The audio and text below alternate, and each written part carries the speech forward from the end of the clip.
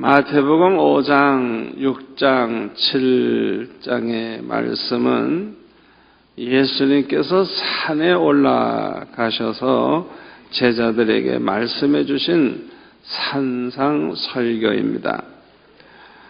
오늘 본문 1절, 2절을 보면 예수께서 무리를 보시고 산에 올라가 앉으시니 제자들이 나온지라 입을 열어 가르쳐 이르시되, 여기 보면은 산에 올라가 앉으셔서 아마 편편한 바위에 앉으셨겠죠. 그렇죠? 그래서 이렇게 제자들도 둘러 앉았겠죠. 편안하게 앉아서 이제 산상 설교를 이제 하셨습니다. 예수님께서 왜 이렇게 산에 올라가셔서 제자들에게 말씀을 하셨을까요? 예수님께서 갈릴리 지방에 계실 때는 그냥 예수님의 소문이 온 수리아에 퍼져서 각종 병든 사람들을 데리고 오기 때문에 아주 수많은 무리가 예수님을 쫓았다고 했습니다.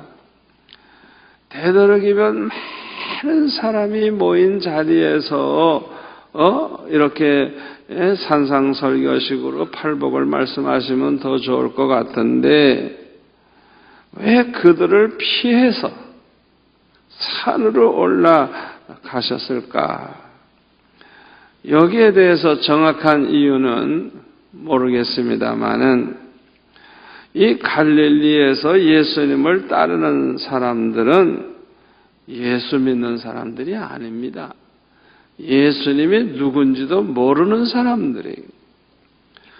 마태복음 16장 13절에 보면 가이사라 빌립보 지방에 예수님이 계실 때도 수천 수만 명의 군중이 몰려왔지만은 그들은 예수님이 누군지 몰랐어요. 그래서 예수님께서 제자들에게 물어봤잖아요. 저 사람들이 인자를 누구라 하느냐? 물으시니까 베드로가 뭐라고 대답했어요?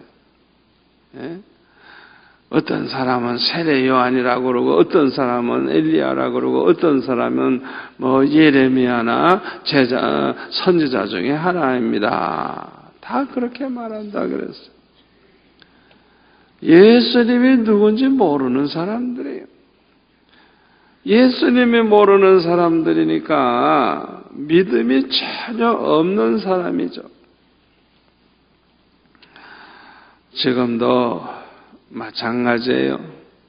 교회에 몇만 명, 몇십만 명이 모이느냐가 중요한 거 아니에요. 얼마나 예수님을 믿는 사람들이 나오느냐가 중요한 거예요. 아멘. 예수를 믿지도 않는 사람 아무리 많이 모인다 그래가지고 하나님의 영광을 받으시겠어요? 이렇게 예수님을 따르는 사람들이 많았지만은 그들 중에 대다수는요, 나중에는 예수님을 십자가에 못 박으소서 외치는 그런 사람들로 변했어요. 또 이들은 대부분이 예수님으로부터 병고침을 받으려고 찾아온 사람들입니다. 예수님이 누구냐에 관심이 없어요. 다만 병고침을 받는 것에만 관심이 있었어요. 또 예수님이 행하시는 일이 그들에게는 큰 구경거리가 되었을 겁니다. 그 당시에 그만한 구경거리가 어디 있겠어요? 그래서 어떤 사람은요, 식사도 못하고 며칠씩 예수님을 따라다녔어요. 그래서 마태복음 15장 32절에 보니까 예수님께서 제자들을 불러 이르시되 내가 무리를 불쌍히 여기노라. 그들이 나와 함께 있은지 이미 사흘임에 먹을 것이 없도다. 길에서 기진할까 하여 굶겨 보내지 못하겠노라. 제자들이 이르되 광야에서 우리가 어디서 이런 무리가 배부를 만큼 떡을 얻으리이까? 아마 예수님도 제대로 식사도 못하셨을 것 같아요. 그렇잖아요? 사람들 다 굶고 있는데 예수님 잡숫겠어요? 안 잡수셨을 거예요. 사흘씩이나 됐다 그러니까 전 먹을 거 싸가지고 왔어도 다 떨어졌어. 그러니까 얼마나 배가 고파. 예수님께서 가만히 보니까 이 사람들 그냥 돌려보냈다가는 가다가 쓰러질 사람도 있을 것 같으니까 예수님께서 이렇게 그 군중들을 이제 기적을 통해서 다 떡을 먹여서 보내신 사건이 있었죠. 또 이들은 예수님의 말씀을 듣기 위해 찾아온 사람들이 아니었습니다. 이들 중에 대부분의 사람들은요, 예수님의 말씀을 믿지를 아니했어요. 요한복음 10장 25절에 보면 예수께서 대답하시되 내가 너에게 말하였으되 믿지 아니하는도다. 주님 말씀해도 안 믿어. 내가 내 아버지의 이름으로 행하는 일들이 나를 증거하는 것이거늘 너희가 내 양이 아니므로 믿지 아니하는도다. 또 요한복음 6장 64절에 보면 그러나 너희 중에 믿지 아니하는 자들이 있느니라 하시니 이는 예수께서 믿지 아니하는 자들이 누구며 자기를 팔자가 누구인지 처음부터 아심이로라. 예수님은 하나님이시고 하나님의 아들이시니까 사람 속을 다 들여다보고 계세요. 예수님은 우리의 형편을 다 아세요. 아멘. 우리가 얼마나 믿음이 있는지 없는지, 얼마나 주님을 사랑하는지 사랑하지 않는지 우리 주님은 다 아세요. 그러니까 누가 믿는 자인지 누가 안 믿는 자인지 누가 예수님을 팔아먹을 자인지 예수님은 다 아셨다는 거예요. 그러니까 이렇게 많은 사람이 몰려오면 뭐해요? 믿는 사람들이 아니에요. 예? 말씀을 사모해서 온 사람들이 아니에요. 얘들은요, 예수님 말씀 듣다가 66절, 요한복음 6장 66절에 보면 그때부터 그의 제자 중에서 많은 사람이 떠나가고 다시 그와 함께 다니지 아니하더라. 예수께서 12 제자에게 이르시되 너희도 가려느냐? 시몬 베드로가 대답하되 주여 영생의 말씀이 주께 있사오니 우리가 누구에게로 가오리까? 예수님 따라다니는 사람들이 그렇게 많았는데 다 떠나갔어요. 12명 빼놓고 다 떠나갔어요. 그러니까 한때는 몇만 명이 쫓아왔는데 결국 다 떠나고 12명밖에 없는 거예요. 그러니까 이들은 은혜를 사모하거나 말씀을 사모하는 그런 사람들이 아니에요. 우리 예수님께서는 이들을 아주 민망히 여기셨어요. 마태복음 9장 35절에 보니까 예수께서 모든 도시와 마을에 두루 다니사 그들의 회당에서 가르치시며 천국 복음을 전파하시며 모든 병과 모든 약한 것을 고치시니라. 무리를 보시고 불쌍히 여기시니 이는 그들이 목자 없는 양과 같이 고생하며 기진함이라. 우리 예수님께서는 그들을 볼 때 너무너무 민망히 여기셨어. 예수님을 앞에 두고도 메시아심을 모르고 예수님이 누군지를 모르고 있는 그들을 보시고 예수님 마음이 얼마나 아프셨겠어요. 그들이 다 병들고 마귀에게 시달리고 고생하는 그들을 보실 때 얼마나 불쌍히 여기셨겠어요. 지금도 교회에 나오는 사람들 중에는 이 무리들과 같은 사람들이 참 많아요. 어떤 사람은 병을 고쳐서 건강한 복을 좀 받겠다고 찾아오는 사람도 있고요. 또 예수 믿으면 사업이 잘 돼서 돈을 많이 벌어서 잘 살 수 있겠지. 물질의 복을 그렇게 받고 싶어서 나오는 사람도 있고요. 심지어는 결혼을 못 해가지고 교회는 사람들이 많으니까 혹시 내 짝이 있겠지. 그래서 결혼을 위해서 찾아 나오는 사람들이 있어요. 물론 이 모든 것들이 잘 되면 좋아요. 그러나 이보다 더 귀한 것은 주님을 만나는 것입니다. 주님이 누군지 알게 되는 것입니다. 믿음으로 구원받는 것입니다. 은혜를 받아가지고 하나님의 성품을 가진 새 사람이 되는 것이 더 귀한 것입니다. 하나님의 영광을 위해 살면서 하나님을 기쁘시게 해드리는 것이 더 귀한 것입니다. 그런데 많은 사람들은 이것을 모르고 세상 복만 받으려고 하는 것입니다.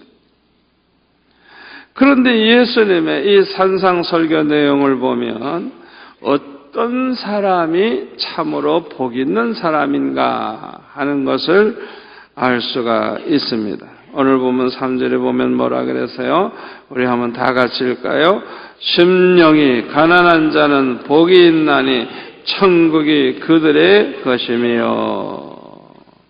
심령이 가난한 자가 복 있는 사람이라 그랬어요.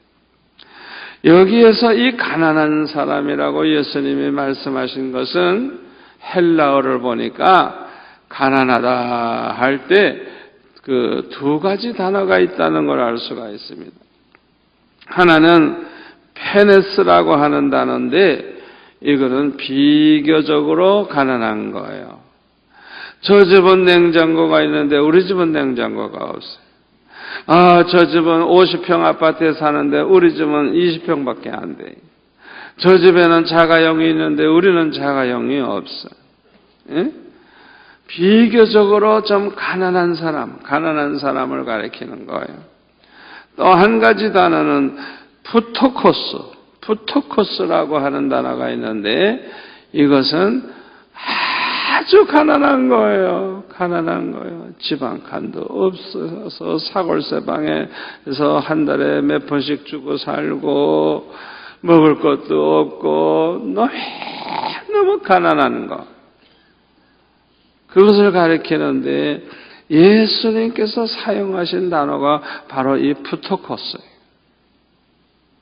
여기 심령이 가난하다고 할 때 이 가난하다는 말은 아무것도 없는 거냐. 아주 그냥 극빈자, 그 가난을 가리키는 거예요. 아무것도 없는 상태를 가리키는 거예요. 한 끼 먹을 양식도 없어요. 죽이라도 먹어야 되는데 죽 먹을 것도 없어. 며칠씩 굶기를 그냥 밥 먹듯이 해. 그렇게 가난한 걸 가리키는 거예요. 여러분은 이렇게 가난하게 살아본 적이 있습니까? 저는 6.25 사변이 일어났을 때 그 다음에 일사후퇴를 하게 됐는데 저는 그 나이가 그때 한국 나이로 11살인데 온양온천까지 걸어갔어요, 제가. 그것도 쌀 한 마리를 짊어지고. 얼마나 무거운지 꼬마가 그냥 한 말을 쥐고 피난을 제가 하는데 이제 가다가 자꾸 밥해 먹으니까 이제 더러지니까 나중에는 빈몸으로 걸었죠. 그런데 온양온천에서 10리 떨어진 을티면이라고 하는 곳에 수용소가 있었어요. 그 학교 교실에서 잠을 자는 거예요. 제가 나중에 을티국민학교를 찾아가 봤어요. 왜? 너무 고마워서. 내가 피난 갔을 때 내가 머물던 그 집에 한번 가본다고, 교실에 가본다고 찾아갔더니 마침 그 6.25 때 계시던 선생님이 딱 한 번 계시더라고. 이야, 그래서 그분을 만나가지고 옛날 얘기도 하면서 얼마나 그때 고마웠던 걸 얘기를 한 적이 있어요. 수용소에서 처음에는 한 끼 먹을 거, 하루에 한 끼 먹을 거 이렇게 배급을 주더니 나중엔 그것도 잘 안 줘요. 그럼 어떡합니까? 산에 가서 나무도 해올 건 그냥 봄에는 그냥 그 소나무 껍데기를 벗기고 속을 이렇게 긁어가지고 먹는 거예요. 배가 고프니까. 그리고 쑥 같은 거 그냥 많이 따오고 또 먹을 수 있는 풀이나 풀은 그냥 다 뜯어다가 삶아 먹고 칡뿌리도 캐 먹고 개구리도 잡아 먹고 메뚜기도 잡아 먹고 알고 보니까 제가 이렇게 건강한 건 보약을 그때 많이 먹었어요. 보약. 그 좋은 걸 그냥 배가 고프니까 얼마나 많이 먹었는지 몰라요. 하여튼 너무너무 배가 고파가지고요. 그냥 무엇이든지 잘 먹었어요. 어떤 때는요. 뭐든지 좋으니까 하루 종일 먹고 싶어요. 하루 종일 그냥 하루 종일. 그냥 계속 먹고 싶은 거예요. 그렇게 먹고 싶으니까 할머니가 누런 콩을 이렇게 볶아가지고 콩을 주셔가지고 몇 개씩 하루 종일 먹는 거예요. 얼마나 먹고 싶은지. 그 봄에 이제 농사를 짓지 않습니까? 그래가지고 그냥 그 넓은 그 논에 이제 가면 이제 농사를 짓는 사람들이 있는데 그 하루에 여러 번 식사하더라고요. 그러면 밥 먹을 때도 저는 이제 가서 좀 도와주고 이제 밥 먹을 때 이제 조그만 아이가 이제 가면 혼자 가니까 오라 그래 오라고. 참 그 충청도 사람 인심이 좋아요. 오라 그래요. 그 가면요 이 바가지에다가 깡보리밥을 그냥 주는데 반찬은 고추장 하나. 그냥 고추장으로 시뻘겋게 그냥 비벼가지고 먹는데 저는 지금까지 먹어본 것 가운데 그렇게 맛있게 먹은 거예요. 얼마나 배가 고픈지 그냥 한 바가지를 그냥 보리밥을 먹는데 야 아주 그냥 실컷 그때 먹었어요. 얼마나 감사하고 얼마나 맛이 있는지 평생 잊을 수가 없어요. 그런데요, 예수님께서 말씀하신 복 있는 사람은요, 이렇게 물질적으로 가난한 사람을 말하는 게 아니에요. 성경을 똑바로 보세요. 먹을 것이 없어서 그렇게 가난하게 사는 사람이 복 있다 하지 않았어요. 오늘 본문에 보면은 심령이 가난한 자라 그랬지, 돈이 없는 그런 가난한 자를 말하는 게 아니에요. 여러분 잘 들으세요. 우리 예수님은 우리 모두가 다 부여하기를 원하십니다. 우리 예수 믿는 사람들이 축복을 받아서 나누어주면서 살고 못 살고 어려운 사람 도와주면서 살고 그러면서 복음 전하기를 원하지 얻어먹으러 다니는 그런 가난한 자가 되기를 우리 주님이 원하지 아니하세요. 고린도후서 8장 9절 한번 우리 같이 읽을까요? 우리 주 예수 그리스도의 은혜를 너희가 알거니와 부여하시니로서 너희를 위하여 가난하게 되심은 그의 가난함으로 말미암아 너희를 부여하게 하려 하심이라. 아멘. 여러분 이 성경 말씀을 딱 붙잡으세요. 그냥 딱 붙잡으세요. 예수님이 우리의 죄를 대속하기 위해서 십자가를 지신 것처럼 예수님은 우리를 부욕해 하기 위해서 세상에 계시는 동안에 가난하게 사신 거예요. 주님은 가난하게 사실 분이 아니에요. 전지전능하신 분인데 오병이의 기적을 일으키시는 그분이 왜 가난하게 살아요? 얼마든지 잘 살 수 있어요.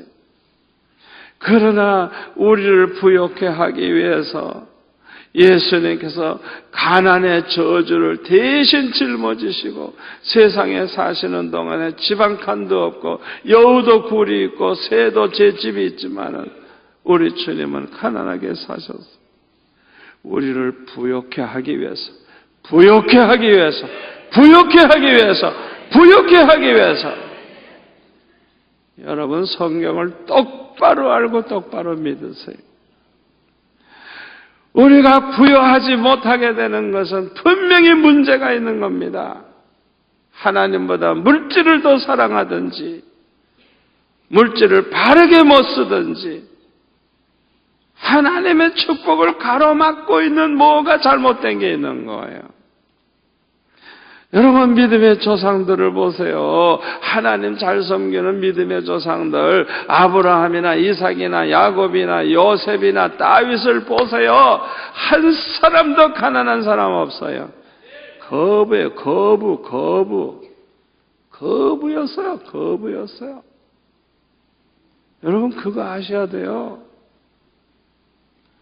우리 예수 믿는 사람들은 은혜도 충만히 받을 뿐만 아니라 물질의 복도 받아서 어려운 나라 원조하고 가난한 사람 도와주고 아멘.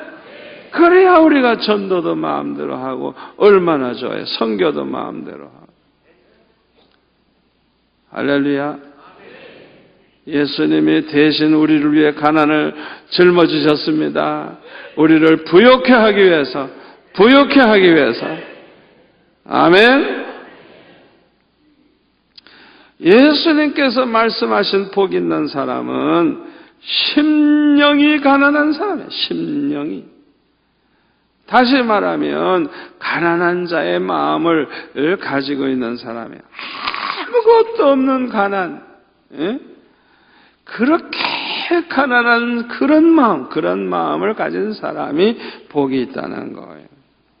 예? 여러분 너무나도 가난해서 굶고 있는 사람이라고 하면 먹을 것을 얼마나 사모하겠어요? 이런 사람은 너무너무 배고프니까 그냥 사모하는 마음이 간절할 거예요. 또 맛이 없다고 반찬이 없다고 불평하지 않을 거예요. 작은 거 하나라도 소중히 여기고 감사하게 생각할 거예요. 북한의 아이들 먹을 것이 없어가지고 그 진흙탕 물바닥에 그냥 떨어진 그냥 먹을 거 조그만 거라도 하나 있으면 이렇게 집어먹는 거 여러분 보셨죠? 화면에? 예?